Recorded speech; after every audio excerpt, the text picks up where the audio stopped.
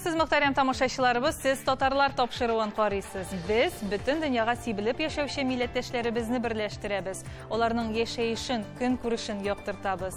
Илдә мөһим вакыйга бөтен Россия халык санын алу бара. Сез дә, мөхтәрәм тамашачыларыбыз, үз сүзегезне әйткәнсездер дип ышанып калабыз.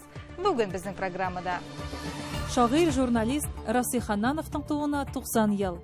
Бездә журналист, язучы икесе бер һөнәр дип әйтергә мөмкин.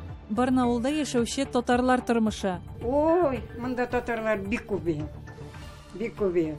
Шул анасын бер җиллап торгач, сугыш башланды. Гаилә ил терәге. Башкортстаннан Шәрифуллиннар гаиләсе белән таныштырырбыз. Беренче күрүдә үк мәхәббәт дип үзек русчада әйтәләр бит. Любовь первого взгляда диләрме? Шуның кебек булды инде безнеке. Татарлык кече яшьтән тәрбияләнә. Biz инде уйлыйбыз, шул максатыбызга ирештек дип. Быел матбугат аксакалы шагыйрь, язучы, журналист Расих Ханнановның тууына 90 ел. Шул уңайдан әдипнең туган ягы Башкортстанда төрле чаралар узды. Күп санлы җырлар авторы, озак еллар татар хәбәрчесе булып эшләгән милләттәшебез милли әдәбият һәм сәнгатьтә тирән эз калдырган шәхес. Юбилей уңайыннан Уфада матбугат конференциясе оештырылды. Әлеге чарада Расих Ханнанов истәлегенә ак күгәрчен әдәби бәйге игълан ителде. Шулай ук милләттәшебез иҗатына багышланган әдәби-музыкаль кичә дә үтте. Толырак үз хәбәрчебез Миләүшә Латыйпова видео язмасында. Ялгыз аккыш күлләрдә. Минем әни гөл ярата иде кебек популяр җырлар авторы Расих Ханнанов күп кырлы талант иясе. Аның 200-дән артык шигырен билгеле композиторлар көйгә салган.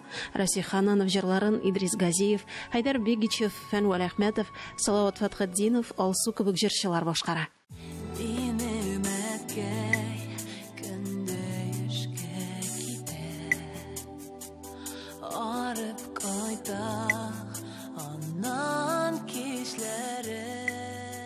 Чыгыш белән Кырмыскал районыннан булган милләттәшебез бала чактан ук иҗатка тартыла.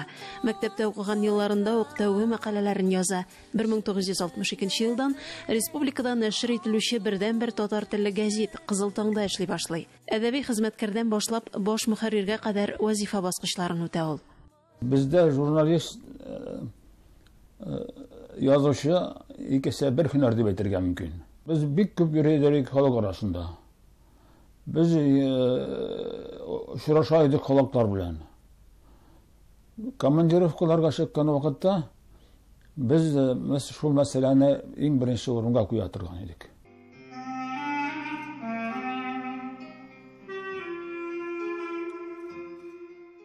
Кызганычка каршы, бер ел элек күренекле милләттәшебез Гуриясе булды. Шуңа карамастан аның иҗатына игътибар бүген дә сүрелми. Быел Расих Ханнановның тууына 90 ел тулды. Шул уңайдан Уфада махсус матбугат конференциясе оештырылды. Анда хәбәрчеләрдән тыш шагыйрьнең туганнары һәм иҗатташ дуслары җыелды. Милләттәшебез шигырьләренә кабатланмас җырлар язган композитор Рим Хәсәнов дусы турында истәлекләр белән уртаклашты. Һәр җырны без бәхәсләшеп башта бәхәсләшкән идек. Чөнки мин укыйм да шигырьне башта мин беләм яратырга кирәк. Бик шәп яздың Расих абый дип. Иң башта мактарга кирәк. Шуннан әкренләп кенә тәнкыйть. Ләкин яхшы булганда анда нинди тәнкыйть булсын. Менә Расих абыйның шигырьләре бик сирәк үзгәрешләр керткән идек. Конференция барышында ак күгәрчен дип аталган әдәби бәйге игълан ителде. Конкурс Расих Ханнанов истәлегенә багышланган. Бәйге туган телләрендә иҗат итүче яшь талантлар өчен. Проект 2022 елның 1 гыйнварына кадәр дәвам итәчәк. Мы решили сделать этот конкурс интернациональным, более того, могу сказать, даже международным, наверное, потому что очень много наших соотечественных, с которыми я общаюсь, живут в дальних странах мира, кто в Америке, кто где. И возврат для них тоже, пусть даже с какими-то очень простыми самодеятельными стихами, прикосновение к родной культуре для них тоже много значит, я знаю. Конференцияны оештыручы әдипнең кызы Гөлчәчәк Ханнанова сөйләвенчә, әлеге бәйге яшь талантларга ярдәм итү өчен өстәмә мөмкинлекләр тудыру максатын күзаллый.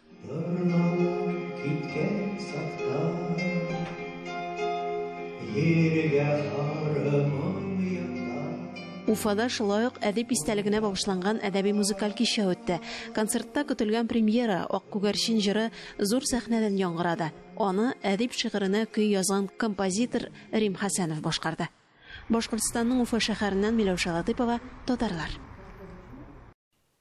Алтай крайы башкаласы Барнаулда гомер итүче Зөфәр Латыйповка 95 яшь. Шулай булуга карамастан, бүген дә милли эшләрдә актив катнаша. Заманында ул Мәгъди оешмасын оештыра һәм Барнаулда беренче мәчет салдыруга ирешә. Аңа төрле каршылыклар белән очрашырга туры килә.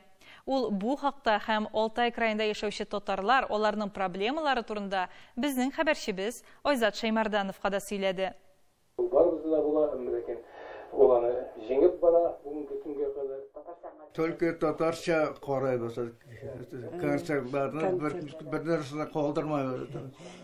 Артистларына біліп өтерден енді. Латыйповлар гаиләсен өйдә Яңа гасыр каналы берләштерә. Спутникта татар каналлары аз түгел.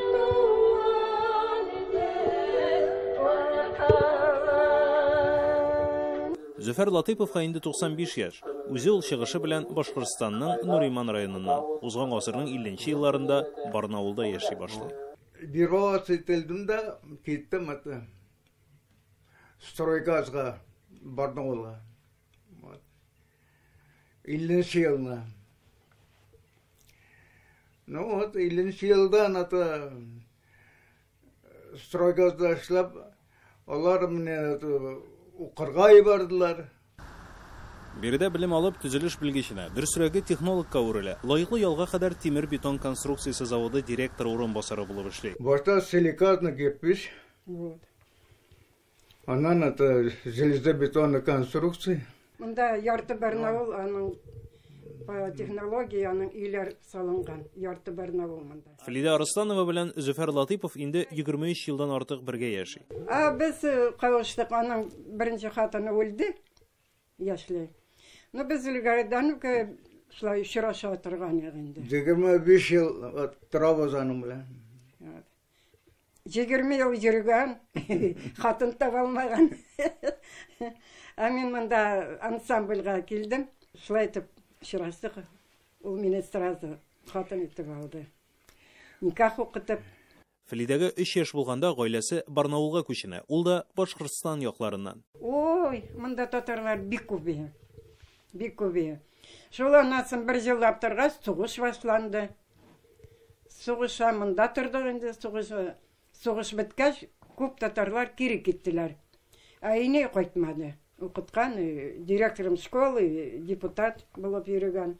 Укымышлы, бик кеше каты укымышлы. Менә бу кыш телене умашка салдым.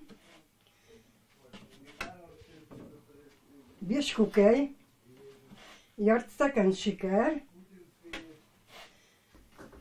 бәләкә калак белән ярты калак туз. Флида чын татар хатыны көндә ирен һәм килгән кунакларны татар ризыклары белән сыйлап тора. Флида апа, татар ашсылары пешерергә гел ярдәмче булсын өчен менә без сезгә Татарстанда җитештерелгән кукмара тавасын бүләк итәбез. Рәхмәт итеп алабыз. Рәхмәт. Европейское качество, экологически безопасное антипригарное покрытие, длительное и комфортное использование. Все это посуда Кукмара. Тепло и уют в каждый дом. 8 800 333 93 45. 90-нчы елларда Зөфәр Латыйпов милли хәрәкәт башында тора. Алтай краенда беренче Сабан туе, беренче дуслык ансамблен оештыра, әмма барыннан да бигрәк мәчет салдыруга тотына. Дөресрәге гыйбадәтханә өчен көрәш башлый. Фитнес булган урынны бирмәделәр. Юк. Вот пришлось это солода. Монда вот шулай Казахстан сатып алырга. Илемәс сатты бит. Слушай, это 6 мең. Ул вакытта акча бит әле. 6 мең. Татарлар йөрими мәчеткә? Йөриләр. Әле һаманда булай очрашабыз, йөрибез. Ана кичә кунакта булдык. Чакырдылар безне. Татарлар күп яши иде урамда. Нәвендә бу яллар Казахстанга хатыгызда. Анда вот 3-4 дома. Татарныкы идеме? Татар. Алар кая? Bunlar Kazan'a gittiler, tıklar, ölü bittiler. Так что... Ol vaqtda rahat bo'lgandir. Bir ko'ngilli o vakitte. Hazret nasıl вот tıkı şekermanista ulga şata büyüktılar tatarlar büyüktılar yani. Zöfər Latipovның бүген улы һәм кызы, 3 оныгы, 6 оныгчыгы бар. Шулай да аларның туган җиреннән читтә сагынып яшәүләре сизелеп тора. Идел буе якларына, Казанга тарта күңелләре. Kirele idilene cilastile yollarga çeçekler sibelle ok bulup sob bulup istakolsun Kazan'dan kadrili kişlere. Айзат Шаймарданов, Татарлар, Алтай крае, Барнаул шәһәре. Сез татарлар тапшыруын карыйсыз программабызның икенче өлешендә. Гаилә ил терәге. Башкортстаннан Шәрифуллиннар гаиләсе белән таныштырырбыз. Беренче күрүдә үк мәхәббәт дип музыка русчада әйтәләр бит. Любовь первого взгляда диләрме? Шуны кебек булды инде безнеке. Татарлык кече яшьтән тәрбияләнә. Biz indi уйлыйбыз, шул максатыбызга ирештек дип. Гаилә ил терәге диләр. Милләтебезнең тоткасы да гаиләдә дип әйтсәк бер дә ялгыш булмас. Башкортстанның Иске Балыклы авылында яшәгән Назиф һәм Флора Шәрифуллиннар ана телебезне хөрмәтләп яши. Ул яшьтә булуларына карамастан үз көнен карап булдырам дип гомер итәләр алар. 20 баш мөгезле эре төрлекләре, җирләре бар. Җир җимертеп эшлиләр дә рәхәтләнеп ял итәләр. Күптән түгел алар алтын туйларын билгеләп үткәннәр. Шәрифуллиннарда кунакта Эльвира Хөснетдинова булып кайтты. Бу biz авылларга дип менә калдырдык. Теге клеткада үгезләр инде алары тыңитәргә инде, давайте итәргә инде. Иткә сатырга. Абзар тулы сыер, бызау, үгез, тавыклар, песи, эт, мөгезләр терлекләре генә 20 баш. Ә бит уйласаң, Назиф Шәрифуллинга инде 78 яшь. Әлеге вакытта маллар күбесе көтүдә. Аларны хатыны Флора белән бергә карыйлар. Җәйгелектә 20 литр давайте әдер инде көненә. Татарыдан килеп алалар, анда бездән 25 сум белә алалар литрын. Шуңа күрә инде үзләре өйдән килеп алгач, мин татарыга давайте мазнакайга алып китәләр. Үгезләрне инде кем нинди заказ бар, үзләре килеп алалар, тоже иткәз давайте итәмен. Шәрифуллиннарның үз техникасы да бар. Шуның белән гаилә башлыгы әле дә колхозларга урып җыю барышында булыша икән. Шофер булып эшләвен дәвам итә. Нәкъ менә шул һөнәре аның хатыны белән кавышуында зур роль уйнаган да инде. Заманында Бакалыда автохуҗалыкта шофер булып хезмәт куйган. Шундагы төзелеш оешмасында вакыты йөртә. Ә бер вакыт оешмага эшкә дип Октябрьский шәһәреннән кызлар килгән. Вакыты белән мин барып алдым инде буларны эшкә алырга. Шул кызлар арасыннан Флора исемле кызны, ул вакытта мен белмидер инде, исемен генә ишетеп алдым. Ну миңа сразу бер күрү белән шады инде. Шуннан бу мин әйтәм, минем язмыштан килгәндер дип уйладым инде, мин исәпләдем сразу. Мин аны гел карап йөридем. Мен әйтәм, моны җегеткә, акыллы җегет, килә бит инде, килеп йөри. Акыллы җегет моны җегеткә чыккан кыз бәхетле булачак дидерем, мен кызларга сөйлидерем инде шулай дип. Үзем эләкте. Тик Флора ханымны икенче районга эшкә җибәрәләр. Егет аның кая киткәнен белешә һәм план кыра башлый. Моның ниятен эштәге хуҗасы да аңлап, үзенең Волга машинасын биреп тора. Кич җитә, Назиф Шәрифуллин кызның өе янына килеп туктый. Мин әйтәм, утырале, бер-ике сүзем бар минем, сезгә сөйләшеп алыйк әле. Киреп утыру белән мин машинаны кабыздым да, урап килгән мин әйтәм. Бикләдең бит. Бикләдем дә. Машина кузгалды да китте инде мин. Бу эндәшмәй, мин бер сүз эндәшмим. Бераз баргач бу уйлап кайта икән, бу шаярта дип. Мин алып кайттым да киттем мин шуны. Шул килеш чыгып китәлмәдем инде бу яна гел ярып кына йөри, артымнан бер тутамда калмыйча. Монда алы эт тора, ишек төбендә ычкындырып куйганнар. Шыгырлык түгел. Шулай итеп калынды инде, яшәп киттек, зирә мотор яшәдек. Балыклыга килен булып төшкән көннән Флора Шарифуллина мәдәният йортына йөри башлый. Концертлар куялар, төрле чараларда катнашалар, күрше авылларга да баралар. Төнлә кайтып кергән шаклары да була. Флора ханым балалар карарга булышучы кайнанасына, аңлап яшәүче иренә бик рәхмәтле. Ул хәзер дә мәдәни тормышта кайный. Тиз генә эшне бетерәм дә, тизрәк клубка кереп китәбез. Менә клуб якында гына репетициялар үткәрәбез. Иптәшләр, бит инде чырдашлар. Алар тик тормас булулары, хезмәт яратулары белән дә пар килгән. Флора ханым озак еллар сыер савучы булып эшли. Лайыклы ялга чыккач та туктамый, бузау карый. Ә өйдәге һәр нәрсә оста кулы Назиф Шарифуллин эше. Йортны да төзеп чыга, ашлык чөгендер чыгара торган аппаратлар, хезмәт өчен төрле җайланмалар эшли. Тимерне дә, агачны да буйсындыра. Үзебезчә тырыштык инде. Үкенерлек бер нәрсә кәемдә, менә хәл картайгач булса да әйтәм, яратыштык без бер-беребезне. Һәр гаилә үз законнары булган аерым бер дәүләт ул. Бер-береңә җайлаша белергә генә кирәк. 55 ел бергә тату гомер кичергән Шарифуллиннар гаиләсенең үз серләре бар. Семьяны тыныч әгәр барам дисәң, бер-береңне тыңлау кирәк. Аннан соң бер-береңә әзрәк устап куясарга кирәк. Минем бабайның халкы шул чаклыда әйбәт, тыныч. Мин үзем әзрәк кенә йөрәк инде. Мин инде кызурак яшьләргә берсен-берсе санлап яшәсеннәр инде, тыңласыннар берсен-берсе. Берсенең сүзеннән берсе чыкмасын. Шарифуллинар 3 кыз бала үстерә. Берсе Татарстанның Әлмәт, икенчесе Чаллы шәһәрендә гомер итә.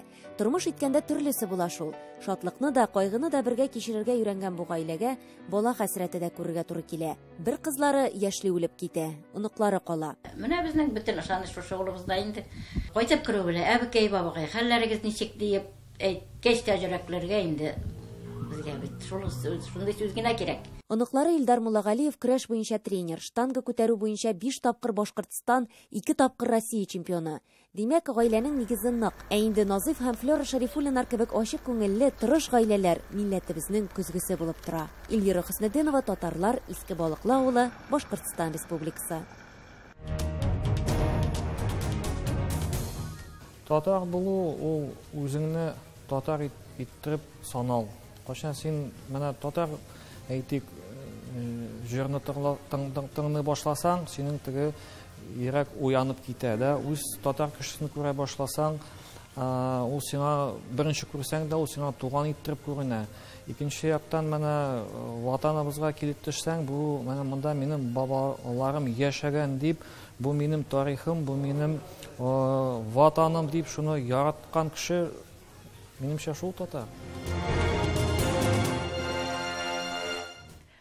Катнашучылар белән жюри әгъзалары онлайн. Оренбург өлкәсенең Әсәкәй районында Алтын көз балалар фестивале 15-нче тапкыр оештырыла. Мин татар баласы бәйгесе бу елны да яңаша виртуаль форматта узды. Татарлык кеше яшьтән тәрбияләнә. Телне саклап калуның бер ысулы булган әлеге конкурс милләт турында тирәнрәк уйланырга мәҗбүр итә. Төп оештыручыларга килгәндә, алар елдагыча Әсәкәй районының мәдәният бүлеге, мәдәният йорты һәм җирле татар мөхтәрияте. Бу елгы фестивальнең үзенчәлеге һәм катнашучылары белән безнең үз хәбәрчеләребез дә танышты. Табигатькә яфрак җиләсе бөтерелә. Һава кышып уйный, яфракларды күңел уемда. Гомер көзем көтмәгәндә килеп, ишек кагар кебек тоела. Салмак кына яфрак юрганыннан атлыйм тын күл буена. Каршы ала, озата бара кебек, кызы бакча мине. Тын гына. Ул да монсу күзәтә күк, алтын, сары яфрак яңгырын.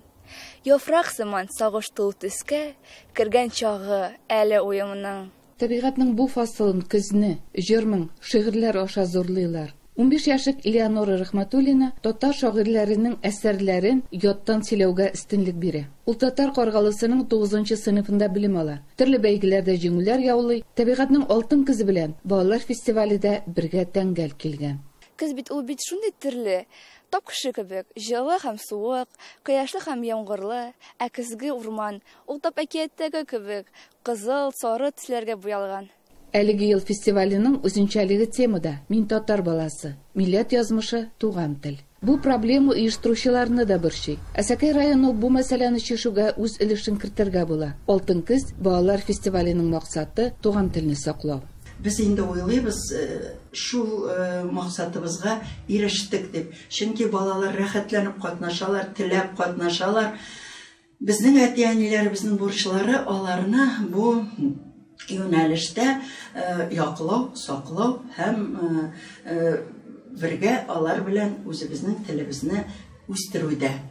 Мин татар баласы номинациясы 4 юнәлештән тора. Җыр, шигырь, фольклор һәм татар киеме. Онлайн рәвештә үткәрелгән төбәгара бәйгедә 5 яшьтән алып 15 яшькәчә булган 5 районнан 50 бала катнашты.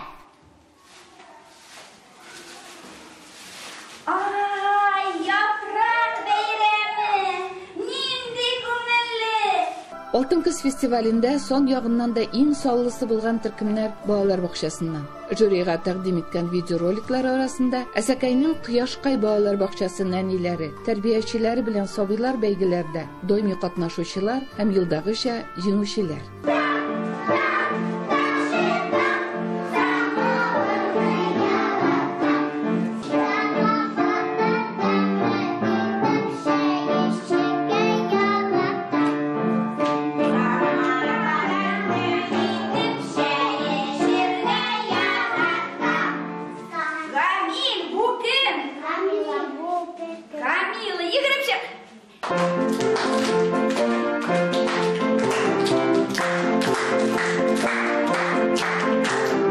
Әлеге фестивальнең кыйммәте дә шунда. Өлкәнең төрле районнарында яшәүче татар балаларын берләштерү. Фестиваль географиясе киңәя бара. Матвеевка районының Иске Әшир авылыннан Ренис Гомәров үзен барлык номинацияларда да сынап карый. Вокал номинациясында ул беренче урынны яулый.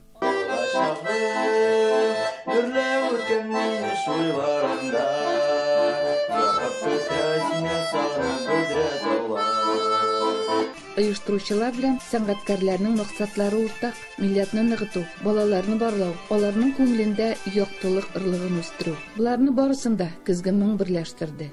Катнашучыларның берсе дә игътибарсыз калмас. Дипломнар белән бергә саллы бүләкләр дә әзерләгәннәр. Алда 2022 елның кыш айларында зурлар белән бергә балалар да катнаша торган Ак хисләр фестивале. Оренбур өлкәсеннән Фируза Абсалямова, татарлар. Тапшыруыбызны Лена Шагыйрҗан шигырь юллары белән төгәллибез. Халкым теле хак телем син, йөрәк телем, киләчәгем өчен мәңге кирәк телем. Бүгенгә менә шулар, исән-имин булыгыз.